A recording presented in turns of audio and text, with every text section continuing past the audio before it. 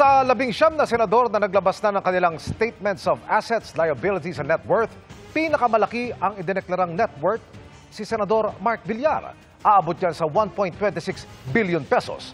Mas malaki sa net worth ng ikalawang bilyonaryo sa Senado na si Senador Raffy Tulfo. Nakatutok si Mav Gonzales.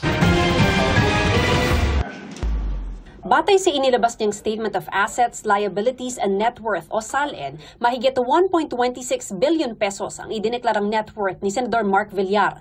Kabilang sa kanyang assets, ang mahigit 349 million pesos na mga bahay, condominium units at lupa. Wala siyang idineklarang liabilities.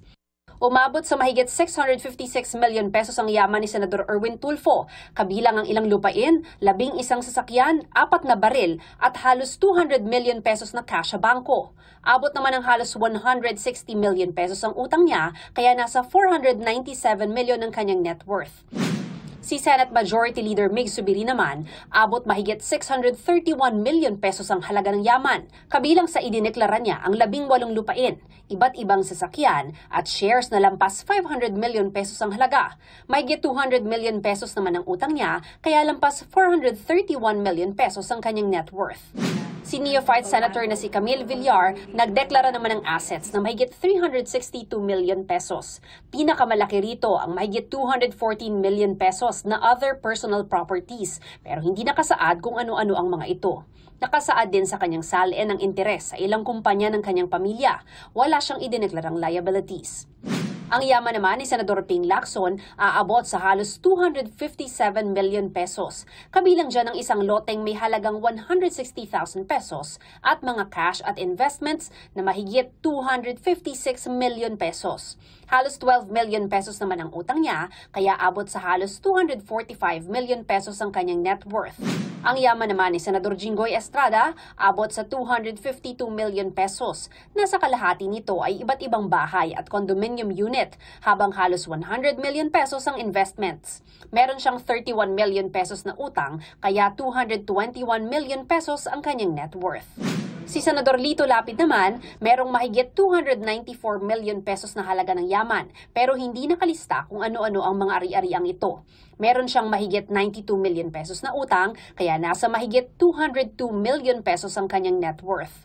Si Senador J.V. Ejercito, mahigit 179 million pesos ang idineklarang yaman. Kabilang dyan ay mga bahay, sasakyan at ang shares niya sa BuildWorth Development Corporation. May utang siyang halos 42 million pesos, kaya mahigit 137 million pesos ang net worth. Si Senador Pia Cayetano naman, umabot sa mahigit 151 million pesos ang assets.